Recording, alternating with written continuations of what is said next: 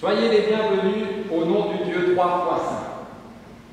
Bien souvent, nous sommes tellement pris dans notre quête d'un sens à nos vies, dans notre quête de bien-être et de sécurité pour nous-mêmes et pour nos proches, tellement pris dans nos efforts pour réaliser au mieux tous ces objectifs, et tellement pris aussi dans nos difficultés, dans nos tourments, que nous ne remarquons même pas celui dont nous sommes la quête. Celui qui vient à notre recherche pour nous ramener à la maison et nous rendre à la vie. Alors ce matin, suspendons notre propre recherche, étendons l'oreille, levons les yeux, ouvrons nos cœurs à celui qui nous dit « Vous qui étiez perdus, vous voilà retrouvés. N'ayez plus peur, je suis là. » Entrons dans la louange avec le premier chant, les 3 strophes.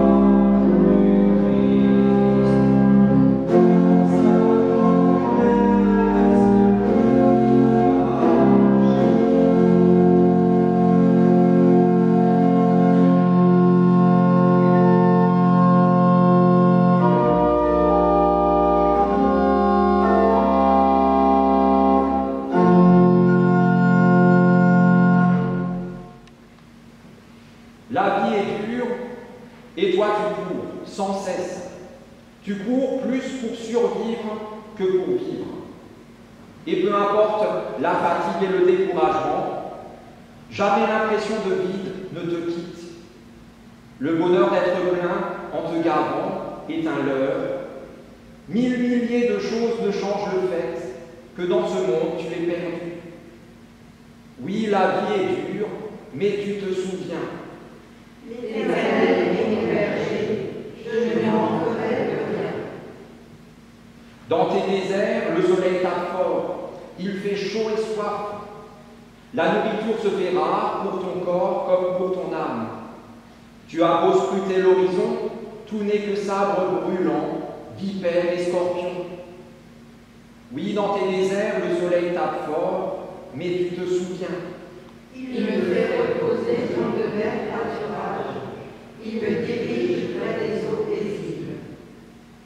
Tu sens aussi que tu es éphémère et que chaque minute peut être la dernière. La vie passe si vite, on a si peu de temps pour être heureux plus qu'un moment. Oui, tu es éphémère, mais tu te souviens. Il restaure mon âme. Avec humilité, tu admets ne pas être digne de lui, ne pas le mériter. Tu connais tes nombreux défauts, tu as fait et pensé et dit tant de choses dont tu as honte et dont il vaut mieux ne pas souffler mot.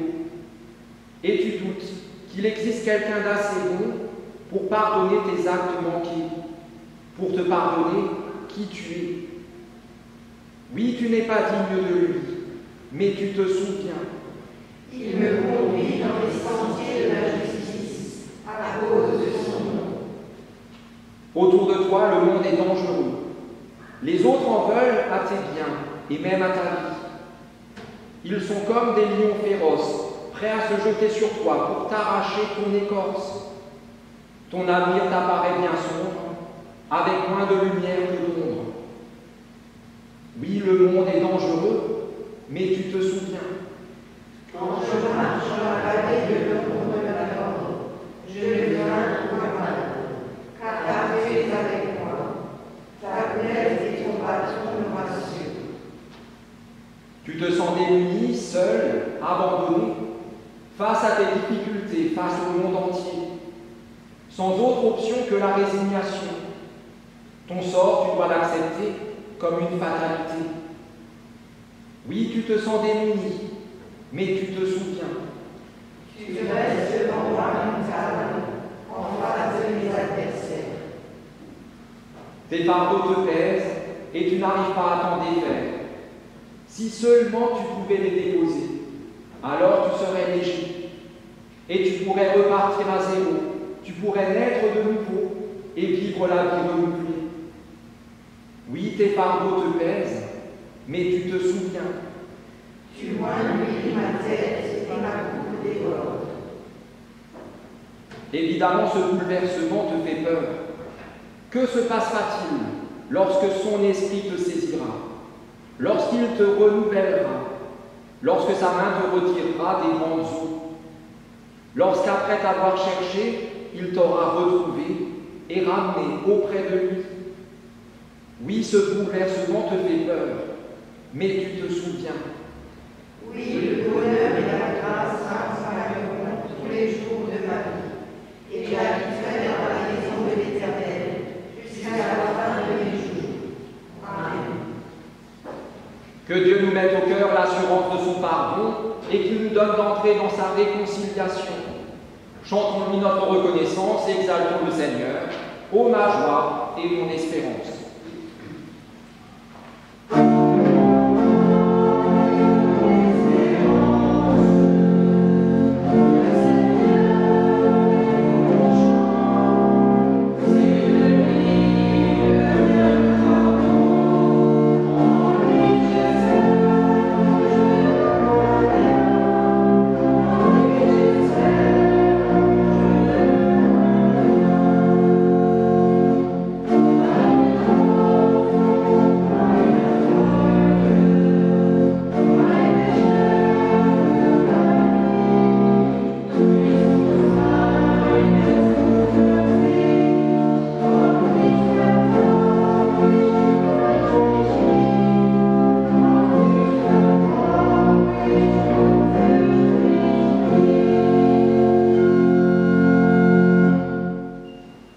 Seigneur, écouter ta parole, c'est être à l'affût du cœur et de l'âme de celui qui nous aime.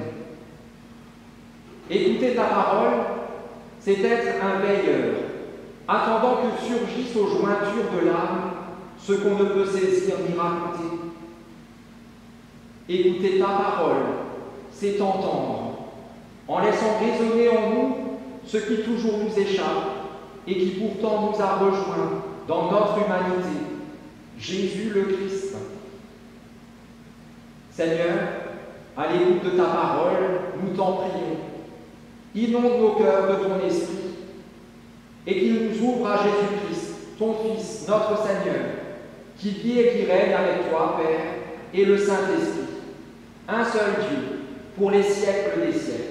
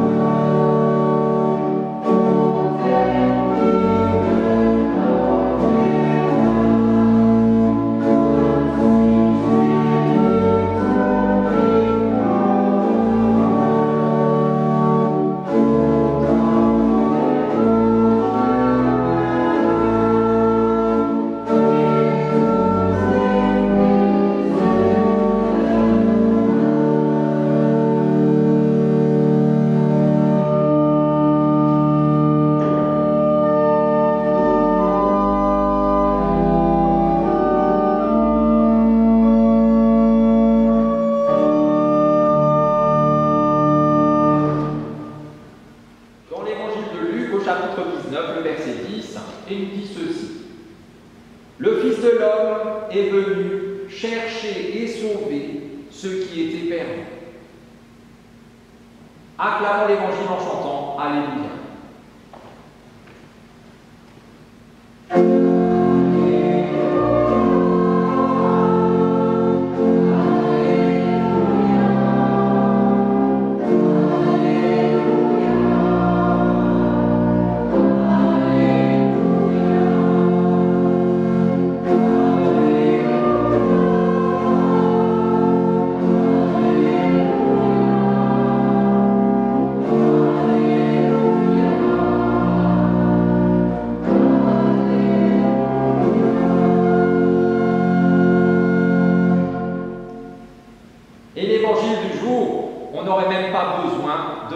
Tellement vous le connaissez par cœur, mais on va le faire quand même parce que j'ai imprimé les feuilles. Jésus, à un moment, dit 3 paraboles complémentaires qui se suivent. La première, il y est question de 100 brebis, dont une se perd et est retrouvée et fait la joie de son berger. La deuxième, de 10 pièces d'argent, dont une se perd, est retrouvée et fait la joie de sa propriétaire. Et ainsi, Jésus dit encore cette parabole. Un homme avait 2 fils. Le plus jeune dit à son père, « Père, donne-moi la part de fortune qui doit me revenir. » Le père partagea son bien entre les deux. Peu de jours après, le plus jeune fils convertit en argent tout ce qu'il avait, et il partit pour un pays lointain, où il dilapida sa fortune en vivant dans la débauche. Lorsqu'il eut tout dépensé, une grande famine survint dans ce pays, et il commença à manquer de tout. Il se mit alors au service d'un des citoyens de ce pays, qui l'envoya dans ses champs pour y faire paître les cochons. Il aurait bien désiré se rassasier des carboubes que mangeaient les cochons, mais personne ne lui en donnait. Rentré en lui-même, il se dit « Combien d'employés chez mon père ont du pain de reste, alors que moi ici je meurs de faim? Je vais partir, j'irai chez mon père et je lui dirai « Père, j'ai péché contre le ciel et contre toi. Je ne suis plus digne d'être appelé ton fils. Traite-moi comme l'un de tes employés. » Et il partit pour rentrer chez son père. Comme il était encore loin, son père le vit et fut ému. Le père courut se jeter à son cou et l'embrassa. Le fils lui dit « Père, j'ai péché contre le ciel et contre toi. Je ne suis plus digne d'être appelé ton fils. » Mais le père dit à ses esclaves « Apportez vite la plus belle robe et mettez-la lui. Mettez-lui une bague au doigt et des sandales aux pieds. Amenez le veau engraissé et abattez-le. Mangeons, faisons la fête, car mon fils que voici était mort, et il a repris vie. Il était perdu, et il a été retrouvé. » Et ils commencèrent à faire la fête. Or, lorsque le fils aîné qui était au champ revint et s'approcha de la maison, il entendit de la musique et des danses. Il appela un des serviteurs pour lui demander ce qui se passait. Ce dernier lui dit « Ton frère est de retour, et parce qu'il lui a été rendu en bonne santé, ton père a abattu le veau engraissé. » Alors, l'aîné se mit en colère. Il ne voulait pas entrer. Son père sortit le supplier. Alors, il répondit à son père « Il y a tant d'années que je travaille pour toi, comme un esclave. Jamais je n'ai désobéi à tes commandements. Et jamais tu ne m'as donné un chevreau pour que je fasse la fête avec mes amis.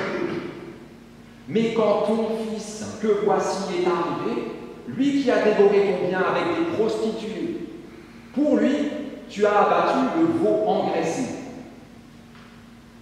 Le père lui dit « Toi, mon enfant, tu es toujours avec moi, et tout ce qui est à moi est à toi.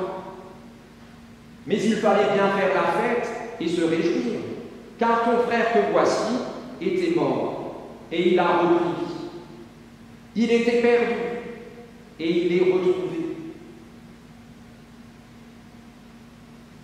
Seigneur, ta parole est la vérité. Enseigne-nous à marcher selon ta vérité. L'obsaïdir au Christ.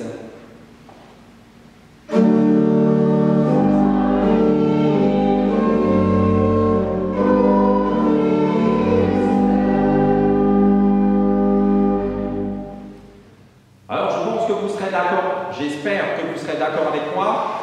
En général, nos cultes se déroulent plutôt dans la bonne humeur. Non? Oui. J'aurais dû laisser la caméra vers là. Oui, tout le monde est d'accord, c'est unanime. Mais comme on n'est pas seulement là pour s'amuser, on partage et on médite tout de même des choses très sérieuses, des choses existentielles. Ça aussi, c'est vrai. Je remets la caméra, tout le monde est unanime. Alors aujourd'hui, nous allons nous atteler à un sujet difficile, celui de la justice de Dieu. Et là, si j'avais la caméra vers là, on verrait que la plupart d'entre vous, ah zut. Mais parce que le sujet est difficile, comme je suis bon, vous allez voir, je suis très bon avec vous, la question du jour sera des plus faciles. Comme ça équilibre, on est d'accord. Sujet très compliqué, question du jour très facile. Voyez plutôt, avez-vous déjà éprouvé un sentiment d'injustice? Je n'attends même pas la réponse parce que là, ça secoue tout de suite la tête dans tous les sens. Unanimement et une réponse unique, un triste oui. Effectivement, nous avons tous déjà éprouvé un sentiment d'injustice. Question facile, n'est-ce pas? Je n'ai pas menti. Alors ces derniers temps, à plusieurs reprises, on m'a soumis à la rude question de l'injustice. Alors sans doute parce que je suis pasteur et que quand on a à se plaindre du patron, on va plutôt voir le sous-chef. Parce que voir directement le patron pour en face, lui dire ce qui ne va pas, lui apprendre son métier, ça en général on n'ose pas. Même si on ne croit pas trop qu'il existe tout ça, on ne va quand même pas risquer non plus. Voilà. Donc tiens, lui, il est payé pour, il doit savoir, et puis sinon on peut lui frotter les oreilles. Voilà. Et donc voilà, plusieurs fois on m'a posé ces questions-là. On m'a soumis aux pires questions existentielles. Pourquoi le malheur? Pourquoi la souffrance? Pourquoi la mort? Alors pas de manière générale. Pourquoi le malheur, la souffrance et la mort de ceux qui n'ont absolument pas mérité ça? Sinon, ça ne nous dérange pas. Mais pour ceux qui n'ont pas mérité tout ça, c'est quand même très dérangeant. On m'a notamment donné l'exemple réel et précis d'un jeune homme d'une trentaine d'années décédé trop tôt, il y a quelques semaines à peine. Un jeune homme tout à fait bien, en tout cas pas plus mauvais que n'importe qui d'autre, et qui ne méritait certainement pas de mourir aussitôt. Alors certains parmi nous ont été eux-mêmes touchés de près par un drame de ce genre. Et tous ici, on a au moins connaissance de tels drames contre lesquels forcément, ou face auxquels forcément nous nous révoltons. Alors ce genre d'événement est difficile, si difficile qu'ils font vaciller nos certitudes, nos convictions et même notre foi. La foi la plus sûre, la plus affermie, la plus aguerrie vacille quand elle est confrontée à ce genre d'événement.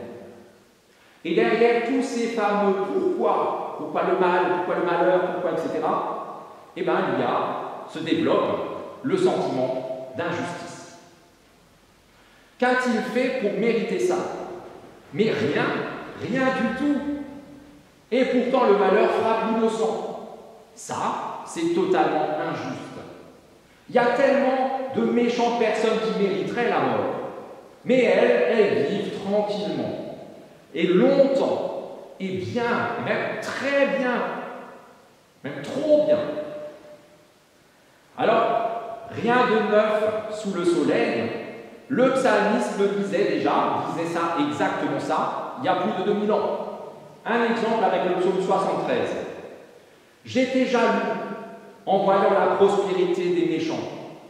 Rien ne les tourmente jusqu'à leur mort. Ils n'ont aucune part à la peine commune. Ils ne sont pas frappés avec les autres humains.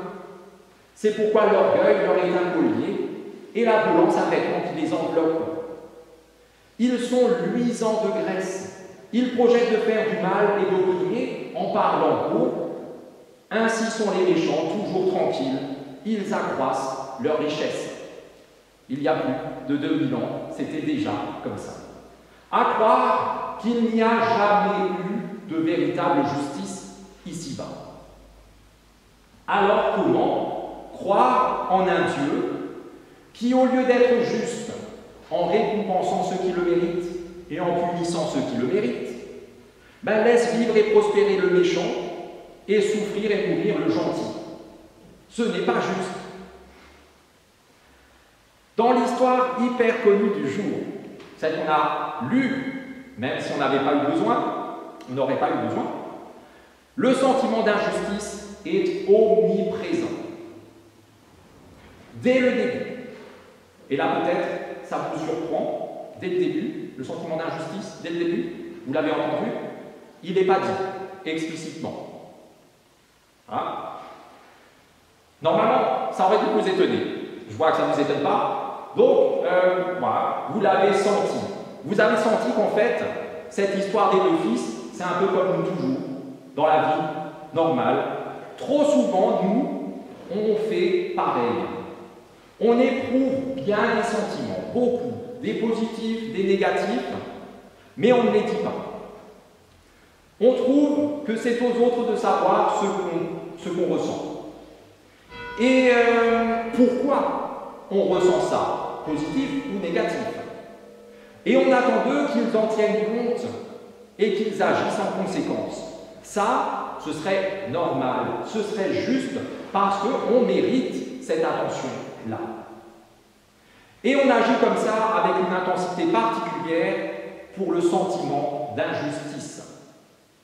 Pour tous les sentiments, mais pour le sentiment d'injustice encore plus que pour tous les autres. Quand on est blessé par quelqu'un, on trouve ça complètement incroyable qu'il ne s'en rende même pas compte. Et on lui en veut 2 fois plus. D'abord pour la blessure qui nous fait mal, mais aussi, et peut-être encore plus, parce qu'il ne voit même pas le mal qu'il nous a fait. Quand on est blessé par quelqu'un, on attend de lui qu'il s'en rende compte immédiatement et qu'il s'excuse platement, qu'il répare son erreur, qu'il corrige l'injustice qu'il nous a fait subir. Et plus lentement arrive cette prise de conscience et cette réparation, plus profondément s'installe en nous le sentiment d'injustice et notre ressentiment à son égard, à l'égard de celui qui nous a blessés. Là non plus, rien de nouveau sous le soleil, puisque dans la Bible, il y a de nombreux exemples de fratrie où cela arrive. Prenons les premières pages. Caïn et Abel, c'est ça que vous avez dit? Caïn et Abel. Dans les premières pages, dans les premières heures de l'humanité, bim. Pour eux, tout était aussi dans le non-dit. Au fond de son cœur, Caïn souffrait et son cœur s'endurcissait, pourrissait, mourait. Mais pas un mot. Jusqu'au moment où il fait semblant de pouvoir dire un truc à son frère et où il le frappe et il le tue. Il met un point final il pense mettre un point final à sa souffrance en éliminant le souci. Un peu plus loin, un peu plus tard, Joseph et 10 de ses frères. Alors là aussi, la solution est radicale. Eux, d'accord, ils ne le tuent pas, ils ont voulu, ils ont hésité, ils ne l'ont pas fait. Ils ont préféré faire un peu d'argent en le vendant comme esclave et en le faisant passer pour mort auprès de leur père. C'est peut-être pas mieux. Enfin, voilà. Encore un peu plus tard, non, un peu avant, pardon, je me suis trompé, avant Joseph et ses 10 frères, on le met dans l'autre sens, Jacob et Ésaü. Si Jacob, le voleur de bénédiction, ne s'était pas enfui, Ésaü, celui qui a été floué, il lui aurait mis la tête entre les 2 oreilles, au minimum. On est d'accord. Alors heureusement, nous, on n'en arrive que rarement à de telles extrémités. On n'est jamais aussi violent que ça. J'espère. Je pense. J'en suis sûr. Nous, on gère ça plutôt à la façon des 2 fils de notre histoire, de cette parabole. Comme l'aîné, par exemple. Il nous arrive de prendre sur nous, encore, et de toujours rien dire, et prendre encore sur nous, en attendant que l'autre se rende compte. On se montre fort, on fait preuve d'abnégation, on courbe l'échine et on avance héroïquement. On est triste, déçu et blessé, mais on reste digne, la tête haute, nous sommes dans notre droit. Mais on finit tellement aigri parce qu'on n'est pas récompensé comme on estime devoir l'être, parce qu'avec tous les sacrifices qu'on a faits, on mérite tellement mieux qu'une toute petite dernière goutte en trop finit par faire déborder le vase, et là, tout explose. Tout. Pas juste nous, tout autour de nous, c'est cataclysme.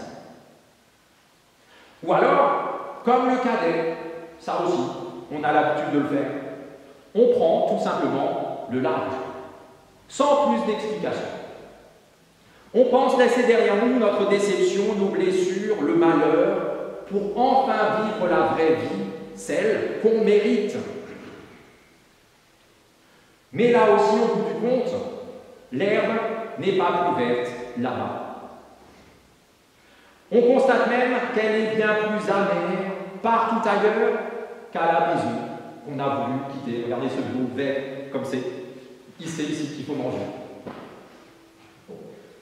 Et dans le meilleur des cas, on revient tout penaud, résigné à renoncer à nos droits innés. Nous sommes nés enfants de ce Père, on accepte de ne plus l'être. Et mendiant une toute petite place à la marge, au bord vraiment de ce qui, au final, est un paradis. Alors avant même de chercher à savoir si ce sentiment d'injustice est justifié pour les deux fils, s'ils ont raison de se sentir floués, constatons deux choses. La première, c'est que ce sentiment d'injustice participe à leur mal-être. Il l'amplifie même, et peut-être en est-il même l'origine. La deuxième chose, c'est que celui qui a le plus de raisons de se sentir floué, c'est le seul qui n'est pas soumis à ce sentiment d'injustice. Le seul qui, finalement, agit quand même bien. Le Père. Alors certains, de grands théologiens notamment aussi, attaquent rudement ce Père pour son silence et sa passivité. Voilà. Il est trop silencieux, trop passif tout au long de l'histoire, ce n'est pas un bon Père. C'est vrai, en tout cas, qu'il n'agit pas comme un Père humain. C'est vrai que là où nous aurions tout tenté, en tant que parents, pour éviter à notre enfant cette folie, en essayant de le raisonner, en essayant de le faire changer d'avis par les sentiments, ou par l'autorité, le Père de notre histoire, lui, il accepte sans rien dire la demande délirante de son cadet. C'est vrai. C'est vrai que là où nous, en tant que parents, nous aurions tout tenté pour calmer notre enfant et lui faire reprendre raison, et peut-être l'obliger à entrer dans la fête, le Père de notre histoire, lui, on dirait qu'il s'excuse devant son aîné pour son bonheur d'avoir retrouvé son cadet. Tout ça, c'est vrai. Mais c'est comme ça qu'il est. On n'y peut rien, lui non plus. Il est tout amour, et en lui, il n'y a jamais aucun compromis, ni aucun changement. Dans cet amour-là, c'est comme ça, et c'est tout. C'est comme ça qu'il est, il est tout amour, et il espère, et il cherche chacun de ses enfants parce qu'il les aime tous. Pour son cadet, à peine celui-ci s'est-il intérieurement tourné vers lui, alors qu'il est encore au loin, j'essaie de le souligner dans la lecture, alors qu'il est encore très loin, au plus loin, le Père est ému aux entrailles, il s'élance vers lui, se jette à son cou, l'embrasse, lui cloue le bec. Hors de question que tu me dises ce que tu avais prévu. Non, tu es mon fils. Fais préparer pour lui la plus belle des fêtes et le réintègre en tant que fils. Vraiment en tant que fils. Pour son aîné, alors que celui-ci fait tout un scandale à l'extérieur de la fête, le Père quitte cette fête pour le supplier d'entrer à son tour, pour se réjouir avec eux, avec tous les autres, parce que son frère est de nouveau vivant. Il est le Père parfait, ce Père de notre histoire, parce qu'il est le Père parfaitement amour. Quel que soit notre chemin, notre avilissement, notre péché, de son point de vue, nous sommes et nous restons ses enfants. Même lorsque, comme le fils cadet, nous lui tournons le dos, nous quittons la maison, gaspillons ses dons, échouons plus bas que la terre où nous sommes faits. De son point de vue, nous sommes et nous restons ses enfants. Même lorsque, comme le fils aîné, nous nous excluons de la famille, alors même que nous restons près de lui, mais comme des étrangers, de son point de vue, nous sommes et nous restons ses enfants. Dans toutes les situations de nos vies, même les pires, de son point de vue, nous sommes et nous restons ses enfants. C'est là la justice de Dieu à notre égard, pour chacun d'entre nous. Je ne dis pas que c'est compréhensible, c'est juste comme ça. À tout jamais, Dieu est notre Père et nous sommes ses enfants. Alors cette bonne nouvelle, effectivement, ne résout pas les nombreux pourquoi qui nous assaillent, mais elle nous encourage à ne pas céder au sentiment d'injustice, comme Dieu avait encouragé Caïn à ne pas céder à ce sentiment, à ne pas aller plus loin. Cette bonne nouvelle nous encourage ainsi à ne pas céder au sentiment d'injustice qui nous entraîne sur la mauvaise voie et qui nous emmène loin de Dieu. Cette bonne nouvelle nous encourage à lui faire confiance même et surtout quand tout plaide contre lui. Lui faire confiance comme le font des enfants. Ces enfants qu'il ramène à lui et qui entrent dans la fête qu'il leur a préparée de toute éternité. Amen.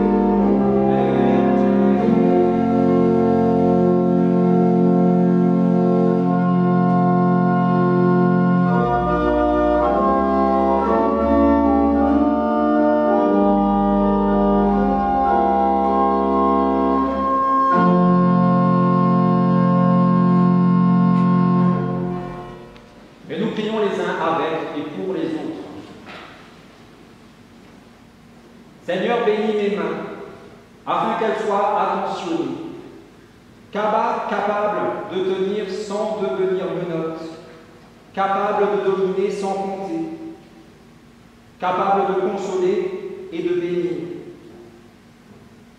Seigneur, bénis mes yeux, afin qu'ils voient le nécessaire sans oublier les petites choses, qu'ils regardent au-delà des apparences et restent habités par la bienveillance. Seigneur, bénis mes oreilles, afin qu'elles soient capables d'entendre ta voix, qu'elles soient attentives à la souffrance, fermées au bruit et aux médisances, mais ouvertes aux paroles qui guérissent. Seigneur, bénis ma bouche, afin qu'elle confesse ton nom, qu'elle exprime des paroles qui construisent et consolent, plutôt que des mots qui blessent ou détruisent. Retiens mes lèvres, qu'elles sachent faire silence. Seigneur, bénis mon cœur, afin qu'il soit la demeure de ton Esprit Saint, qu'il soit capable de pardonner, de partager les joies et les peines de mon prochain, d'accueillir et de donner l'amour. Parce que tu nous écoutes comme un Père, nous unissons à présent nos cœurs et nos voix pour te dire la prière que Jésus nous a lui-même enseignée.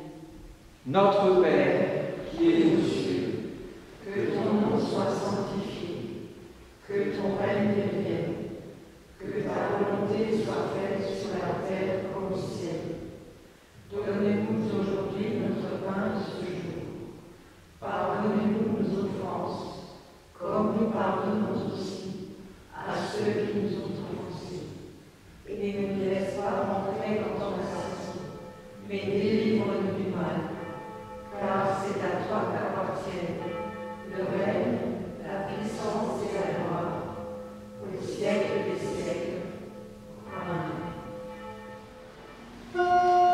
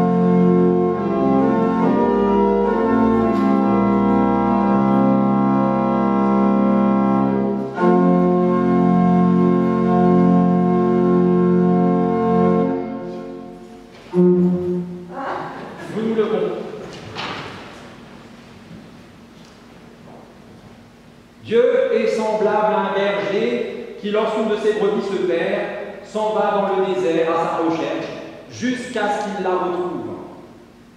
Lorsqu'il l'a retrouvée, il la met sur ses épaules, tout joyeux, et de retour chez lui, il appelle ses amis et ses voisins pour leur dire « Réjouissez-vous avec moi, car j'ai retrouvé ma brebis qui était perdue. » Alors réjouissons-nous et accueillons la bénédiction de Dieu. Que Dieu notre Père et notre Berger, par son Esprit, vous accompagne et vous conduise. Qu'il vous affermisse dans son alliance éternelle, en Jésus-Christ son Fils, notre Seigneur. Et soyez bénis, vous êtes bénis. Amen.